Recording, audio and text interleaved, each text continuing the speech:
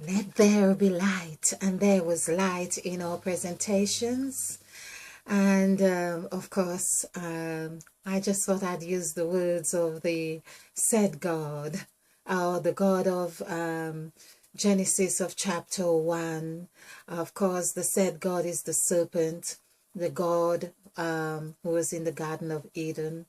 And we have a side of the story that we had not uncovered until recently, that I am now seeing that, yes, there really is another side to that story. And it's really delicious because it's also empowering. That's what it is. That's why I love it. It is empowering. The other story, or the one I had grown up with, was one that really got me not liking myself very much because I'm a woman, and I would be seen and I had been perceived as evil, the one who caused man um, to fall. That's interesting. Perhaps yes, in that case, yeah. But who caused the fall of man? Let's put it. This is how it's usually termed. Who caused the fall of man? So I'm believing in this case that it is also, this is what is important for us to really grasp right now. If Eve could have caused man to fall, it means that Eve can also cause man to rise. I'm going to repeat that. If Eve can cause man to fall, then it really means that she can also cause man to rise. And that is in essence or in sync with what I have been saying about the story of Christ. It's really a story of Mother Eve. If you are new to this channel, I use Mother Eve as the said God. The Eve we are talking about in the Garden of Eden. But that Eve that we have heard about in the Garden of Eden is the Eve that we are as female 100% of, as men 90% of. And when we add this 1 plus 9 together, it becomes 10. So we see how the number 10 is very important, or how it plays such a phenomenal role in the cycle of our makeup. So this is really delicious, and all this knowledge is really coming through the instrument of numerology, of course through Mother Eve, because Mother Eve I have asked to speak to me in the language that I understand and enjoy. And so this is what is happening so beautifully here. It is really delicious. Now, I just done a presentation on the flower of life. I can feel like my cheeks are really bursting with joy. There is a joy so wonderful. It's like I have struck gold. I have got this gem that was, I have discovered this gem that has been so wonderful. It is here, the scripture speaks about precious jewels, which is wisdom. And of course, that wisdom is, when we do the numerical value for wisdom, is 11. That's the master number. The master number, which is in sync with Jesus. So I'm carrying on. In fact, that also reminds me, because I have been looking at the flower of life. And I, of course, in that presentation, had not made mention how perfectly the flower of life, meaning when we do the whole numerical value for the word flower, which is 7, and then we do the word of, which is 3, and life, which is 23. Now 23, of course, is that we also add a makeup of two pairs of 23 pairs of chromosomes. So we can see how the life form is so evident in the number 23, our makeup, and 23, 2 plus 3 is 5, and that's Mother Eve. Now 2 plus 3 is 5. That's when we could say she's in the snake form, because there is the argument about whether she's a serpent or whether she's a snake, but she certainly shows up in both aspects of 7 and 5. So 7 alive. Okay, so as 7, she comes as the serpent. So the word serpent equals 7. Right here, I've done this. And the word snake, if we were to do this, is 5. Okay, so I'm just going to rub this off for now. But we have gained through this insight a wonderful 8-petal flower or 6-petal flower. Okay, we'll see how that also works. But just to show you, Mother Eve in her snake is, in her serpent is 7, and in her snake, and SNAKE. Sometimes I realize I don't say what I'm writing, but oftentimes, very rare that I write the wrong thing. Once in a while, of course, having done so many presentations, it is likely to happen because that's what the snake is about. So 151, let's take this off. Let's take this life off. We'll do this again. It's really beautiful. So 2, 5. So if you can see these numbers here, when we add these together, this is 8 plus 5 is 13 and 1 is 14. The number 14 is what has been really pinnacle in all our presentations, as it's really a direct numerical value of Eve. When we do add these numerical values for the word Eve, we see 14. 5 plus 5, 10 plus 4 is 14. Of course, 1 plus 4 is 5. And to show you how 5, or the position of 5 on the template that we have, which was all intuitively done, of course, through Mother Eve. It's what happens when we listen. In case you're new to this, this is Mother Eve, and this is where 5 is. But actually, all of this here is our makeup, and all of these are cycles on top of cycles, on into cycles. So the mouth, for instance, equals 5, and this is what I have been talking about Mother Eve as the spokesperson and as the flower of life. So the flower of life became 6. When we added all the numbers for the numerical value, the last 2 digits that we got for the flower of life is 15, which comes directly in this column here, which is W-E-N. This is like we say when, or N-E-W, because the snake goes in 2 directions here. Of course, it goes in those directions. And so we see that it comes to the same value of 15, 3 5s of 15. And that's Mother Eve. Now, of course, 15, 1 plus 5 is 6. We see the 6 is right here. And this, of course, comes under 5 because of the numerical template or numerical values of numbers 1 to 9. So, and everything fits in 19, we could say everything, because 1 plus 9 is 10. And that's how we have number 1. So it's the cycle goes on here again.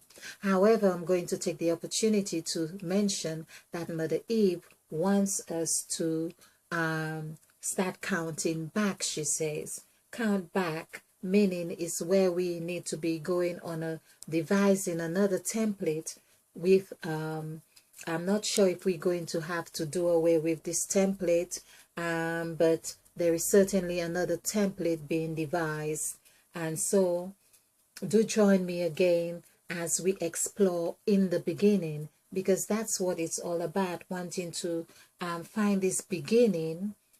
And the beginning is so important for our next cycle. Our next cycle is really on number 8. Why is it number 8? It derives from the words of the said God, Mother Eve, who had made a list of entries in Genesis of chapter 1 verse 2, where she said, "Let there be light," and there was light. And she said, "Let there be a firmament above the heavens to divide the earth," or whatever was going on. I haven't got the whole thing, and perhaps it means I ought to memorize them. "Let the waters from the waters," and so there was, or be divided, and so on, and those things, and it was so. And there, so she has a list of lettings. You could imagine, especially here in London or England, we use this as lettings. Lettings, the word letting, when you are renting a property or an apartment, and that means there is someone who will let it out to you. They allowed you on certain conditions. Wow. On certain conditions, to live there, to occupy that space. And that's what Mother Eve had done with the gods here, which we are a makeup of those gods. So now it's as if those gods have done a job, or their job, or served their purpose in us, and now we have the responsibility to now, it's as if they have sublet to us. Let's put it this way. That's one way of putting it. They have sublet to us. So there's a sort of legacy in what, because it's like a legal act. Yes, it really may sound amusing, but I believe that's exactly what it is, because the legalistic constructs that we are, or we are faced with, they have their root, or they are the result of a seed that had been planted, I would say now, through Mother Eve, through Mother Eve. Now, if I'm just going now, I'm saying through Mother Eve, because Mother Eve was the one letting. She was letting, and of course, where there is letting, there is tellers as well. So this is why I am because Mother Eve has told us that, or warned us about the spirit of sound mind and looking at things backward. So if there are letters, then there must be tellers. And that, we see, is the construct of our world. Now, in the legalistic form, as what we have today, I can't say for sure that that is how Mother Eve really intended to be for us, but we have a responsibility to honor what is being passed on to us. That means we have a responsibility to make decisions. This is why we were given the 5 gifts, the first 5 gifts, which was to multiply, increase, have dominion, subdue, and replenish the earth. So we had these 5 gifts, which coincided with the 5 sets, or 2 sets of 5 tablets Moses had. Then there were 5. We see the number 5 has been rippled out into history, into the Bible itself, because there were also offerings, or 5 sets of offerings that were required from the children of Israel. So there was sin offering, there were meat offering, there were different kinds of offerings that was required of them, which I have done videos on. So we also, that corresponds with the 5 seasons and the 5 oceans. I say 5 seasons, excuse me, that perhaps there is a fifth, perhaps there is a fifth one. The fifth one is our ability to gel all of this. It is the gel that carries. Nothing is by chance here. So there is a fifth season. The fifth season is that we are the instrument of the consciousness that is important to gel, to see where one season ends and the other begins. So our consciousness or ability to define those seasons in itself makes us a fifth season. I think Mother Eve is really funny. But I agree with her. It makes perfect sense. This is why Mother Eve is saying, remember, you are all of those seasons, but in between the two lines, there is something there, that something you can't see, the invisible thing that you can't see. That is you. Okay. Yeah, this is really delicious, really delicious. That's Mother Eve. So 5 seasons. So let it be known now, we have 5 seasons and not 4. Now, and not only 4, we should say. Okay, and so basically we have been looking at the 8th letting. This is what Mother Eve, when they have passed on, the gods have passed all this legacy on to us, because now we are ending the 7th entry where it is said, let the earth bring forth great creatures abundantly, that which have a life after its kind. So meaning that we are birthing. So the birthing is happening, but now when the birthing is happening, the setting, it's like the stage needs to be set with number 8. It's like we need to get ready for a grand finale. The grand finale is that everything needs to be in position, and that is what Mother Eve wants us to understand. This is why she says we need to count backward, because counting backward is counting from 5, 9. That's how she wants us to do it. 5, 9, 8, 7, 6, 5, 4, 3, 2, 1. But 5, now you would be wanting to know, well, 5 is end and 9 is beginning. What's between 5 and 9? Of course, the evidence is there in the template. The evidence is there in the template. Between 5 and 9, we have seen that there, but there would be also 9. So it's that 1, 2, 3, 4. That would be that which is in between as well. So we have 5. And whichever way we want to look at it, but it's giving us an indication. It's like saying time to get out of the sack. Get your developmental act together. This is what Mother Eve is saying to us. In fact, it's like she's saying we should have done that already. If not, you're going to miss the boat. The boat. Okay. So that's what Mother Eve is saying.